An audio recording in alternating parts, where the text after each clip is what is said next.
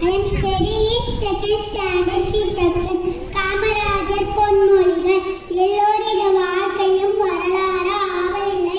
வரலாறு ஆனவர்கள் யாரும் தனக்கென வாழ்ந்ததில்லை.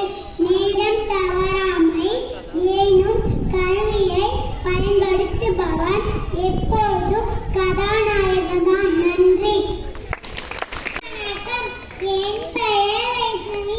நான் செகண்ட் ஸ்டாண்டர்ட் சி செக்ஷனில் படிக்கிறேன்.